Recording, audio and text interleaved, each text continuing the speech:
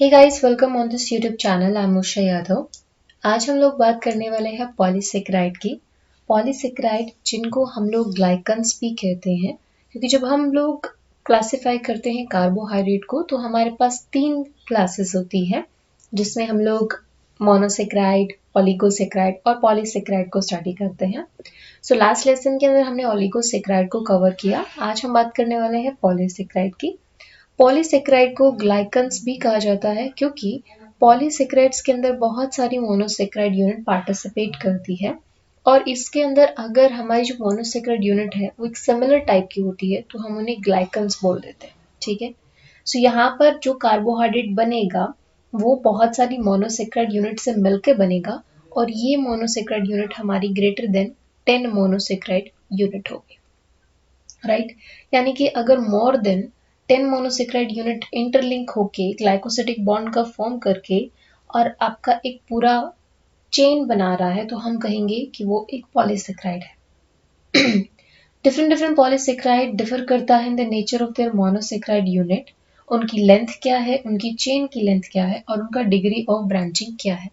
सो polysaccharide का totally क्या property होगा, क्या फंक्शनैलिटी होगा, ये डिपेंड करेगा कि क्या नेचर ऑफ मोनोसेकेराइड यूज हुआ है, यानी जो मोनोसेकेराइड यूज हुआ है उसका नेचर क्या है, उस मोनोसेकेराइड की नेचर के साथ साथ उसका लेंथ ऑफ चेन कितना है, और लेंथ ऑफ चेन के साथ साथ डिग्री ऑफ ब्रांचिंग उसके अंदर किस तरीके से हो रही है after the formation of glycosidic bond.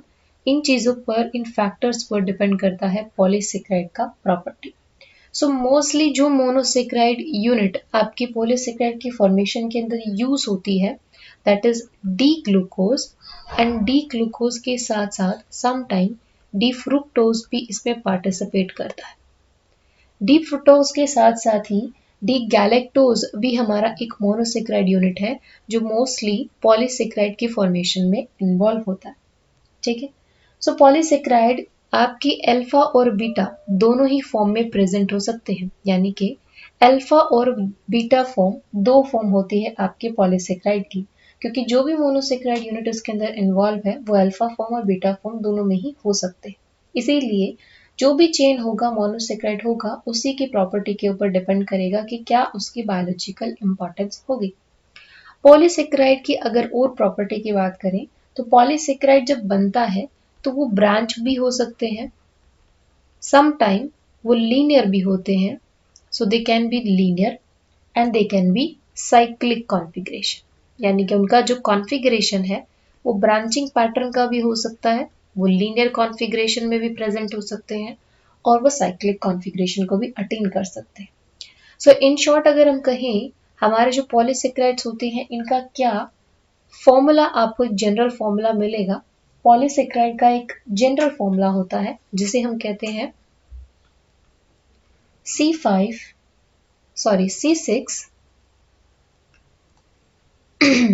C6 H10O5 और इसका होल n।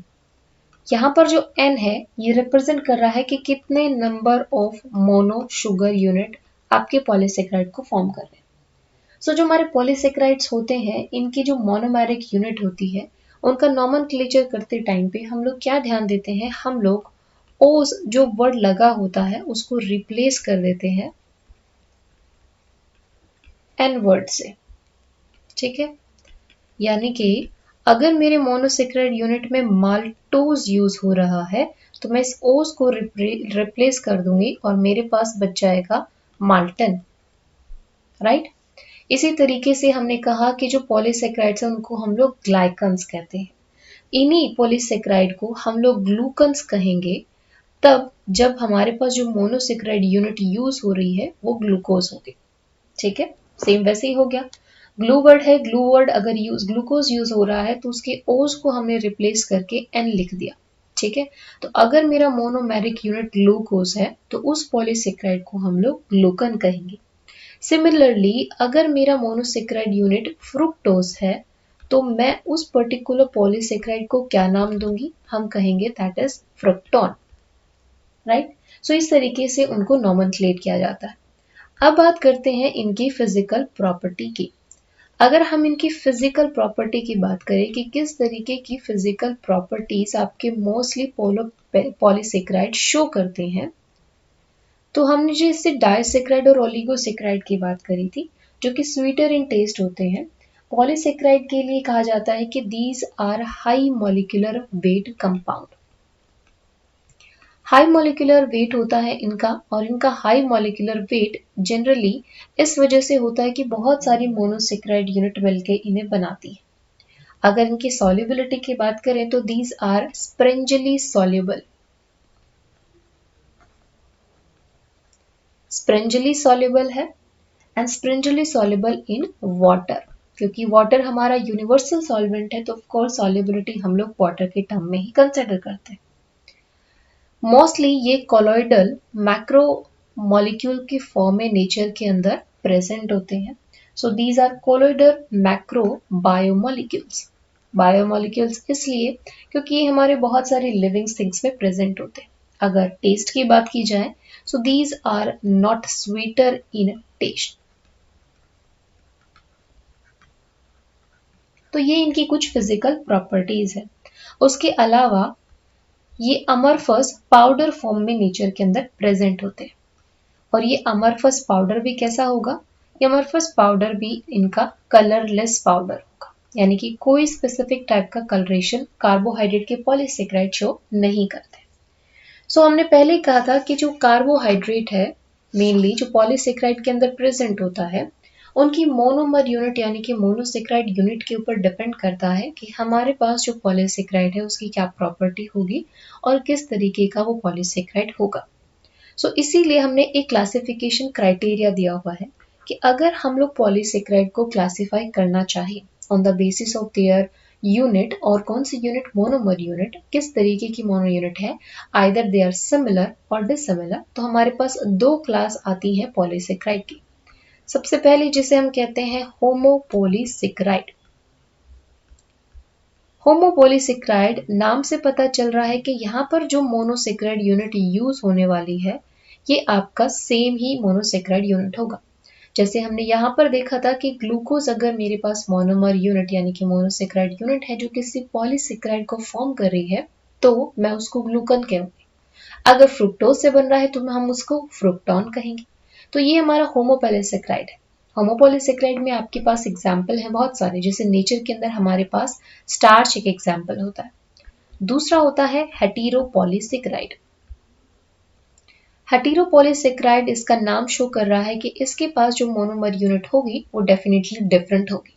डिफरेंट यानी कि मोर देन 2। अगर ये आपकी मोनोमर यूनिट से बना है तो हम उसे कहेंगे हेटेरोपॉलीसेकेराइड। जैसे कि हमारा पैक्टिन, काइटिन, इनमें क्या होता है कि दो अलग अलग मोनोसेकेराइड यूनिट मिलके हमारे पूरे पॉलीसेकेराइड की फॉर्मेशन करती है। तो हमारे पास दो कैटेगरीज आती हैं, पहली होमोपॉलीसेकेराइड की, दूसरी हेटेरोपॉलीसेकेराइड। ठीक है, अगर एग्जाम्पल की फॉर्म में इस चीज को समझें तो हम सबसे पहले बात करते हैं होमोपॉलीसेकेराइड की। एक एग्जाम्पल को समझेंगे कि कैसे होमोपॉलीसेकेराइड नेचर में फॉर्म होते हैं। होमोपॉलीसेकेराइड, जैसे ही इसके बारे में स्टार्टिंग में ही कहा कि होमोपॉलीसेकेराइड वो होते हैं जिसके अंदर एक ही मोनोसेकेराइड यूनिट प्रेजेंट होती है, बट डेफिनेटली उनके ब्रांचिंग पैटर्न और उनके अरेंजमेंट की वजह से उनकी प्रॉपर्टी अलग अलग हो जाती है। एग्जाम्पल कहें तो एग्जाम्पल के लिए नेचर में हमने अभी बात करी, हमारे पास बहुत सारे मल्टीपल एग्जाम्पल हैं जो होमोपॉलीसेकेराइड को रिप्रेजेंट करें, जैसे कि स्टार्च। एनिमल की बात करें तो हमारे पास ग्लाइकोजन, और प्लांट की बात करें तो हमारे पास दो होमोपॉलीसेकेराइड के स्टैंडर्ड एग्जाम्पल है, स्टार्च एंड सेलुलोज। सबसे पहले बात करते हैं हम लोग स्टार्च की। स्टार्च, जो कि आपको पता है कि प्लांट की बॉडी के अंदर मिलने वाला एक स्टोरेज होमोपॉलीसेकेराइड है। होमोपॉलीसेकेराइड तो है बट एक ये स्टोरेज का होमोपॉलीसेकेराइड, मतलब प्लांट जो होते हैं ये स्टार्च को स्टोर करते हैं। जब वो ग्लूकोज की फॉर्मेशन करते हैं वाया फोटोसिंथेसिस, तो कुछ कार्बन डाइऑक्साइड को वो स्टार्च की फॉर्म में यानी कि ग्लूकोज की फॉर्म में कन्वर्ट करके उसको एसिमिलेट करते हैं। सो स्टार्च हमारे पास एक ऐसा होमोपॉलीसेकेराइड है जो स्टोरेज के लिए काम करता है। अगर इसका आप पोजीशन देखते हैं तो मेनली आपको स्टार्च कहाँ कहाँ मिलेगा, ये आपको मिलेगा स्टार्च जहां पर प्रेजेंट है वहां पर होगा आपका पोटैटो ट्यूबर। जैसे हम लोग पोटैटो के ट्यूबर्स में अगर देखें तो मोस्टली वहां पर स्टार्च हमारा प्रेजेंट होता है, यानी कि जो मोस्टली कार्बोहाइड्रेट वहां पर प्रेजेंट है दैट इज स्टार्च। इसी के अलावा हमारे जो सीड कॉर्न है उनके अंदर हमें स्टार्च ज्यादा देखने को मिलेगा। कुछ हमारे सीरियल्स हैं जैसे कि राइस, वीट, जो कि स्टार्च के बहुत ही अबंडेंट सोर्स है। ठीक है, इवन जो ह्यूमन डाइट होती है उसमें भी हम लोग मोस्टली स्टार्च को ही कंज्यूम करते हैं। इवन जो आपका फर्स्ट विजिबल प्रोडक्ट माना जाता है फोटोसिंथेसिस का दैट इज स्टार्च, क्योंकि स्टार्च ही हमारा वो है जो हमें फोटोसिंथेसिस की प्रोसेस के अंदर अपीयर होता है। ठीक है, अब किस स्पीसीज के अंदर कितना अमाउंट ऑफ स्टार्च प्रेजेंट होगा ये टोटली डिपेंड करता है उस स्पीसीज के ऊपर। जब भी हम लोग स्टार्च की बात करते हैं तो स्ट्रक्चरली हमारा जो स्टार्च है ये 2 ग्लूकोज यूनिट से बना हुआ है। ठीक है, स्ट्रक्चरली इसको हम लोग कहते हैं कि ये 2 ग्लूकोज पॉलीमर से बना हुआ है। और ये जो ग्लूकोज पॉलीमर है, इन ग्लूकोज पॉलीमर के अंदर टोटली डिफरेंट टाइप का अरेंजमेंट है जो देखने को मिलता है, जो उसे डिफरेंट प्रॉपर्टी प्रोवाइड करता है। सबसे पहला हमारा पॉलीमर है अमाइलोपैक्टिन। अमाइलोपैक्टिन के साथ दूसरा जो पॉलीमर प्रेजेंट होता है दैट इज अल्फा अमाइलेज। दोनों की प्रॉपर्टी जो है वो डिफरेंट है। अमाइलोज एक्चुअली बिकॉज ये कार्बोहाइड्रेट है तो अमाइलोज, अगर ये एंजाइम होता तो हम इसे अमाइलेज कहते, राइट। सो जो अल्फा अमाइलेज है, सबसे पहले अगर इसकी बात करें तो अल्फा अमाइलेज हमारे पास एक लॉन्ग लीनियर स्ट्रक्चर बनाता है, और ये लीनियर स्ट्रक्चर भी कैसी है, अनब्रांच है। अनब्रांच है बट ये स्पाइरल स्ट्रक्चर है, स्पाइरल चेन बनती है और इसमें इस चेन के अंदर मोर देन 200 से 2000 तक मोनोमर यूनिट है जो इसके अंदर पार्टिसिपेट करते हैं। और ये मोनोमर यूनिट है किसके, ये है हमारे अल्फा डी ग्लूकोज के, यानी कि मोर देन 200 से 2000 तक alpha D glucose unit interlink होके ग्लाइकोसिडिक बॉन्ड बनाती है। एंड यहाँ पर जो ग्लाइकोसिडिक बॉन्ड बनेगा that is alpha 1,4 glycosidic linkage. ये जो अल्फा ग्लाइकोसिडिक लिंकेज है ये हमें ये शो कर रहा है कि जो बॉन्ड बन रहा है उसमें पहला हमारे पास जो कार्बोहाइड्रेट है वो अल्फा फॉर्म में है, बीटा फॉर्म में नहीं है। एंड उसका कार्बन नंबर 1 सेकेंड ग्लूकोज के कार्बन नंबर 4 के साथ बॉन्डिंग कर रहा है, राइट। सो हमारे पास जो अमाइलोज होता है इसका मॉलिक्यूलर वेट 1000 से कुछ लैक्स तक पहुंच जाता है, क्योंकि बहुत सारी यूनिट इसके अंदर पार्टिसिपेट कर रही है। एंड ये मोस्टली आपको जो हाइड्रेटेड माइसील्स होती हैं उसके अंदर आपका अमाइलेज प्रेजेंट होगा। सो कहां पर प्रेजेंट है, हाइड्रेटेड माइसील में। एंड अगर इसको हम लोग आयोडीन के साथ टेस्ट करते हैं तो ये हमें एक ब्लू कलर का टेस्ट देता है। ठीक है, blue colour test with iodine.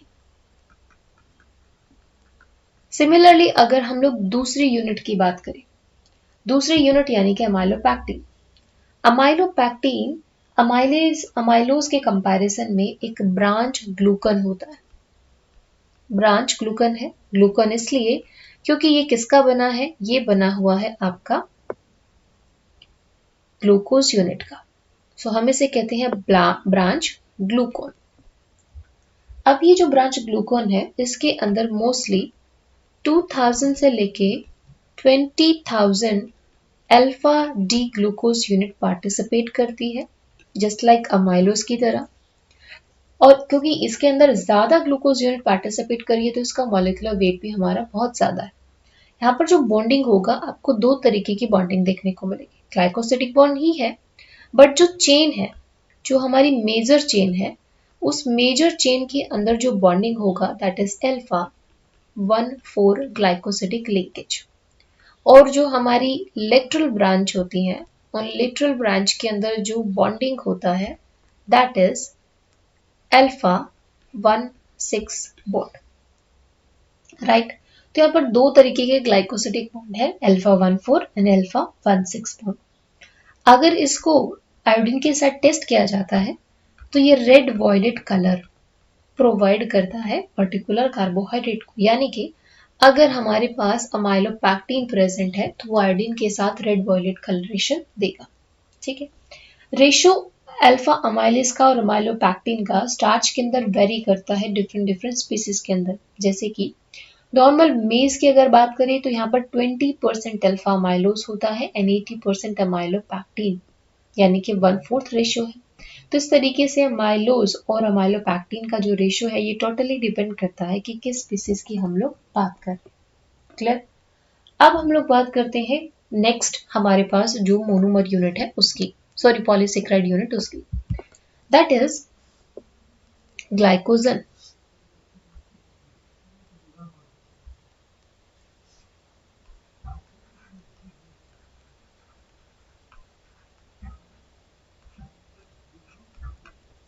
Glycogen की अगर बात करें तो ग्लाइकोजन भी हमारे पास क्या है, एक स्टोरेज पॉलीसेकेराइड है।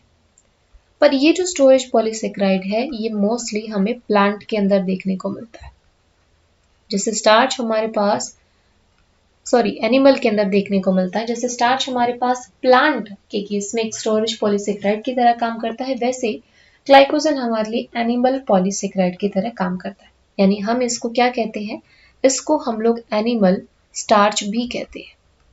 एक ऐसा स्टार्च जो एनिमल के अंदर प्रेजेंट होता है। मेनली ये हमारे पास कहाँ पर स्टोर होगा, ये एज अ ग्रेन्यूल की फॉर्म में स्टोर होता है और हमारे लिवर के अंदर ये स्टोर होता है।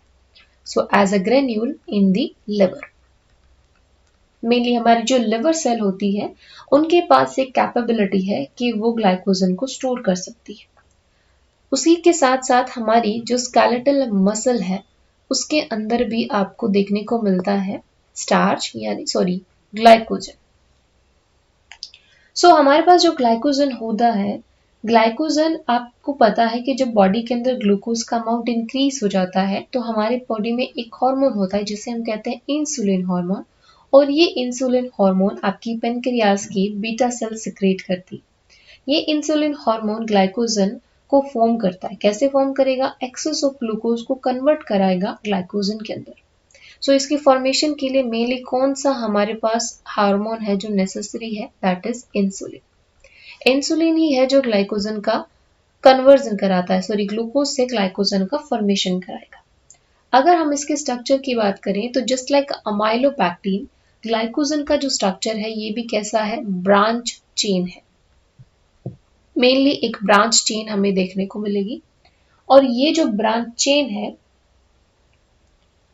ये ब्रांच चेन आपका कैसा होगा, इस ब्रांच चेन के अंदर मोर देन 6000 से लेके 30,000 तक हमारे पास ग्लूकोज यूनिट है जो पार्टिसिपेट करेंगे। और ये ग्लूकोज यूनिट भी कैसी है, अल्फा डी ग्लूकोज, राइट। यानी कि ये भी एक तरीके से हम कह सकते हैं एक ग्लूकॉन है। ग्लूकॉन है क्योंकि इसके अंदर जो मोनोमर यूनिट है, मोनोसेकेराइड यूनिट है, वो भी हमारे पास क्या है, ग्लूकोज है, राइट।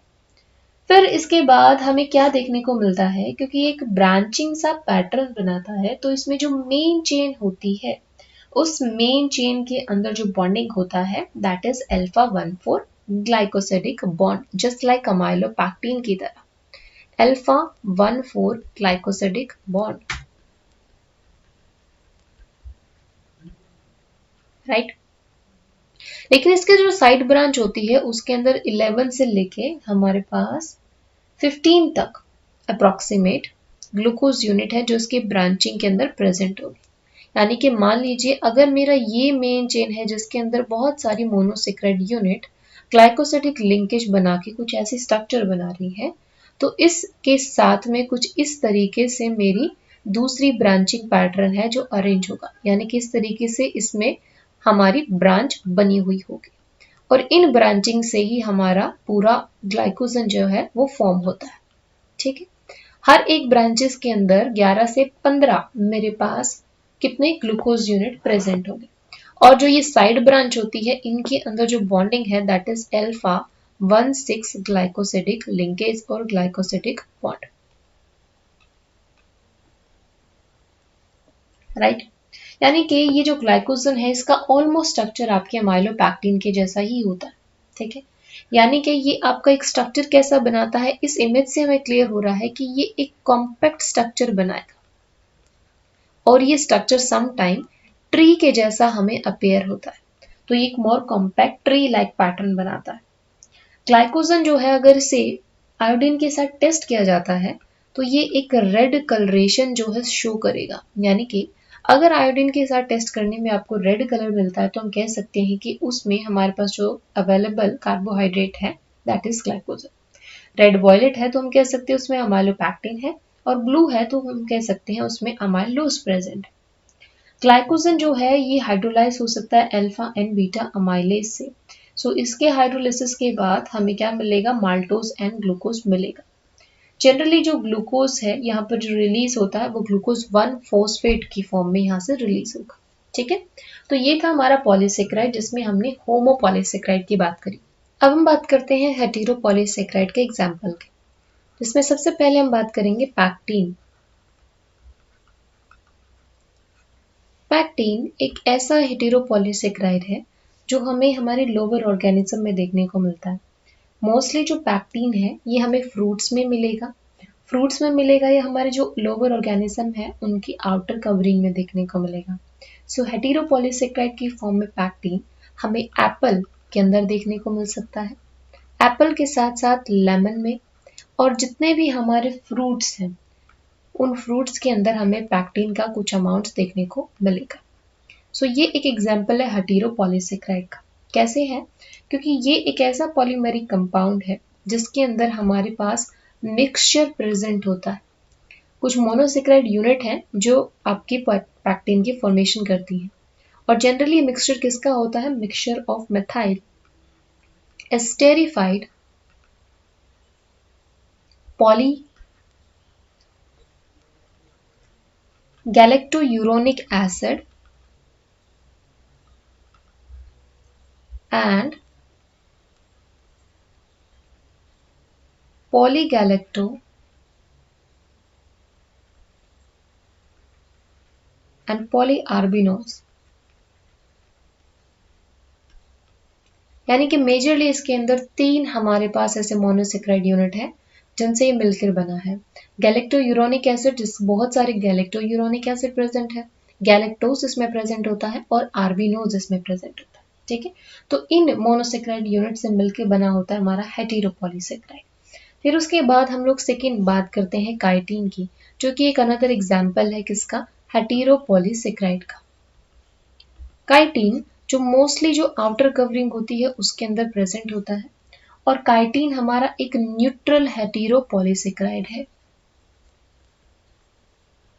न्यूट्रल हेटेरोपॉलीसेक्राइड यानी कि ये जो पॉलीसेक्राइड है इसके ऊपर कोई चार्ज नहीं होता। ठीक है, और मोस्टली ये कहां पर प्रेजेंट होता है, एक्सोस्केलेटन ऑफ क्रस्टेशियन।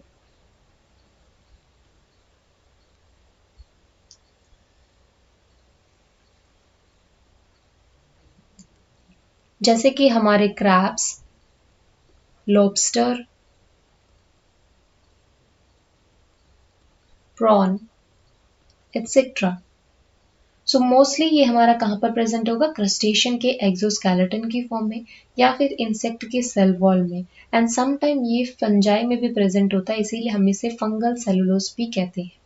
इसका जो पॉलीमर है, यानी कि 2 पॉलीमर, इसके पॉलीमर में हमें 2 यूनिट देखने को मिलेगी, NAG unit and NAM unit.